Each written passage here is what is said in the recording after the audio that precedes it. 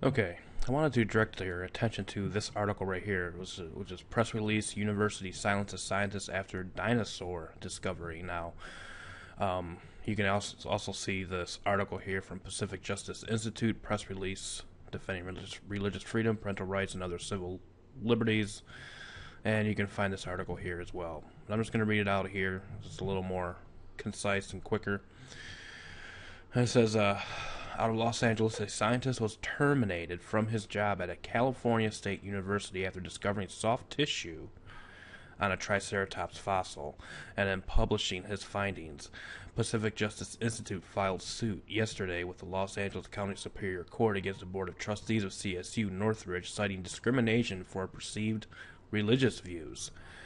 And when you get into the aspect of intelligent design, regardless if it's the people that believe that aliens created everything or whatever, you are going to come under fire from the evolutionary fronts and these types of things, and clearly this is the case. I don't know if this scientist was a Christian or not, but when you come to the terms of intelligent design, which this would basically prove intelligent design to be true. Now, me personally, obviously, I believe that the God of the Bible created all things in 6 days and these types of things, which obviously is intelligent design. It was created by an intelligent being, an intelligent God, created everything in 6 days. The sun, the moon, earth, stars, everything. Okay? But obviously there are different views of intelligent design. But again, intelligent design comes under fire a lot in these main universities and science universities and these types of things. And it goes on to say, terminating an employee because of their religious views is completely inappropriate and illegal, commented Brandakis, president of PGI. But doing so in an attempt to silence scientific speech at a public university is even more alarming. This should be a wake-up call and warning to the entire world of academia, he continued. And it goes on to say down here, the discovery stunned members of the scientific community because it indicates that dinosaurs roamed the earth only thousands of years in the past rather than going extinct 60 million years ago. And, based on reading the Bible, I would say that the dinosaurs went extinct basically during the flood. That's basically how I would view it. Because post-flood there were no more dinosaurs, or there were some that were basically maybe smaller of appearance or whatever, maybe, I don't know. But the point is, all of these massive creatures were extinct during the flood, or became extinct in these types of things. So I wanted to direct your attention to this right here, and it's entitled, Are Dinosaurs Mentioned in the Bible? Now I'm going to go over the scriptures here, which is a very interesting little study. And this writer writes as such, what must a handsome prince fight in his effort to save the princess? A dragon. What is one of the central symbols of Eastern culture and found in every parade? A dragon. What animal do you find pictured in every Chinese food restaurant? A dragon. Prior to the discovery of dinosaur fossils in the 18th century, these creatures were referred to in many cultures as dragons. Now we view dragons as mythical when in reality they are real cultural memories of dinosaurs now extinct. It would be very hard to believe that so many people from so many different places could have come up with such similar stories and similar descriptions if dragons never existed. According to ancient stories, dragons came in many shapes and sizes. Some could fly, some could swim, and they even laid eggs just like dinosaurs. Okay. Now, the Bible mentions two dinosaurs by name and describes them in great detail, Behemoth and Leviathan. So let's go there real quick.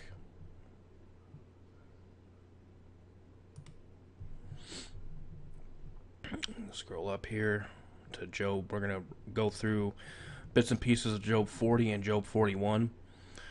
And we're going to see, Behold now Behemoth, which I made with thee, he eateth grass as an ox. Now, a lot of scientists would basically, to explain this away, they would say, this was basically an elephant or a hippopotamus and these types of things. But When you look at the word behemoth, it does basically mean is perhaps an extinct dinosaur, a Diplodocus or Brachiosaurus. Exact meaning is unknown, but it's probably more likely is an extinct dinosaur. And when you take into the account of the book of Job, Job existed before the flood.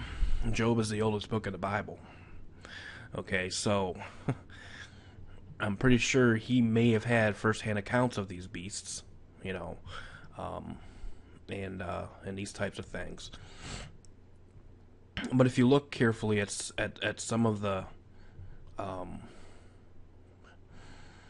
definitions of this behemoth, in verse 16 it says, "Lo, now his strength is in his loins, and his force is in the navel of his belly. He moveth his tail like a cedar tree."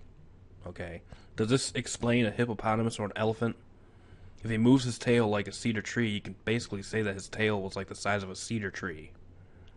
Okay, the sinews of his stones are wrapped together. His bones are as strong pieces of brass. His bones are like bars of iron. He is the chief of the ways of God. He that made him can make his sword to approach unto him. Surely the mountains bring him forth food, the mountains, where all the beasts of the field play. He lieth under the shady tree, in the covert of the reed and fens. The shady trees cover him with their shadow. The willows of the brook compass him about. Behold, he drinketh up a river. Well, just pay attention. I mean, do elephants and hippos drink up rivers? And hasteth not. He trusteth that he can draw up Jordan into his mouth. He taketh it with his eyes. His nose pierceth through snares. So, especially when you look at the aspect of he moves his tail like a cedar, you look at this definition of perhaps an extinct dinosaur, I would like to say it's not perhaps, but it is. Because how can a tail be the size of a cedar if it's a hippopotamus or a pig or an elephant? Okay. In Job 41, we see the phrase Leviathan come into picture. And it says, "Canst thou draw out Leviathan with an hook, or his tongue with a cord which thou lettest down?" And you look at the definition: Leviathan, sea monster or dragon. There's that word dragon. It's a large aquatic animal, or perhaps the extinct dinosaur plesiosaur, which the exact meaning is unknown. But again, if you look at the characteristics, none is so fierce. And again, scientists will like to explain this away as saying, oh, this was possibly a whale or a crocodile or some kind of a pig or whatever. But here's the thing.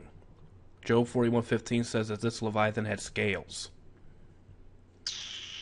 Now, crocodiles do have scales, but whales don't. Whales don't have scales, but this beast did. His scales are his pride, shut up together as with a closed seal. You go read further. It says, when he raiseth up himself. Okay, crocodiles don't raise themselves up. They remain low to the ground. The mighty are afraid, by reason of breaking they purify themselves. The sword of him that layeth of him cannot hold. The spear, the dart, nor the habergeon. Okay, so these animals, or these weapons, cannot pierce these scales. Now, you look at whales and crocs, you can basically kill a whale or croc with a spear very easily. He esteemeth iron as straw, and brass as rotten wood. The arrow cannot make him flee. Slingstones are turned with him into stubble. Darts are counted as stubble. He laugheth at the shaking of a spear. Sharp stones are under him. He spreadeth sharp-pointed things upon the mire. Okay, so again, this is not talking about no whale. This is not talking about no simple crocodile. This is talking about a very massive creature, which is perhaps, more than likely, yes, is an extinct dinosaur, a plesiosaurus or what have you. And then if you go further to Genesis 1:21, and God created great whales and every living creature that moveth, which the waters brought forth abundantly after their kind, and every winged fowl after his kind. And God saw that it was good. You look up that word whales there. It comes from the Hebrew tanim, and it means dragon, okay, sea monster, serpent, or whale. A dragon, serpent, sea monster, a dragon, or a dinosaur. So basically, dragon, the word dragon was synonymous with dinosaur in the biblical texts. Okay. Speaking literally, okay, figuratively, the dragon, serpent is represented by Satan and these types of things. You got empires that uses the emblem of a dragon, but at the same time,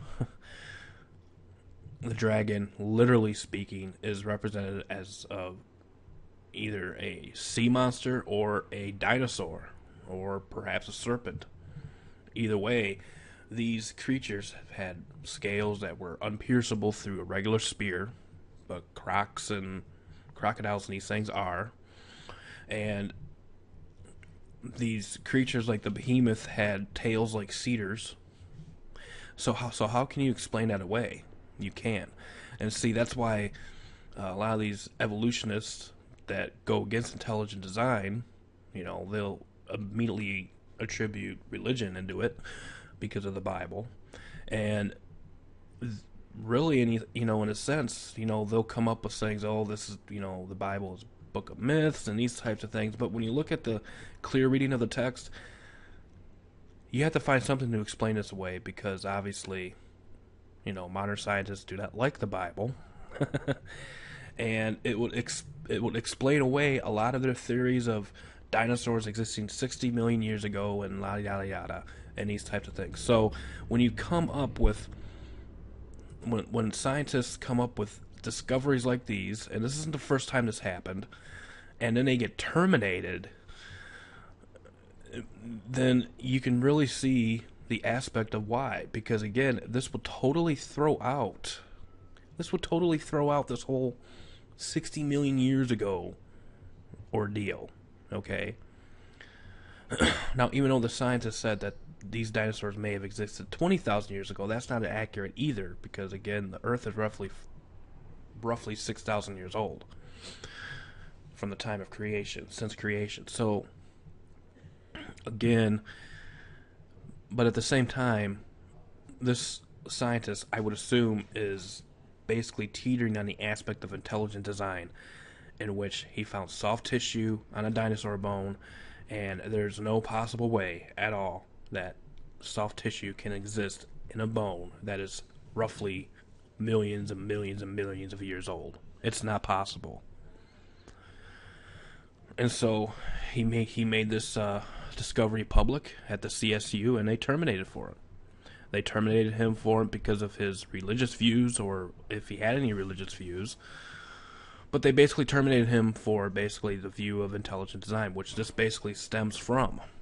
Okay, because again, they can't have this.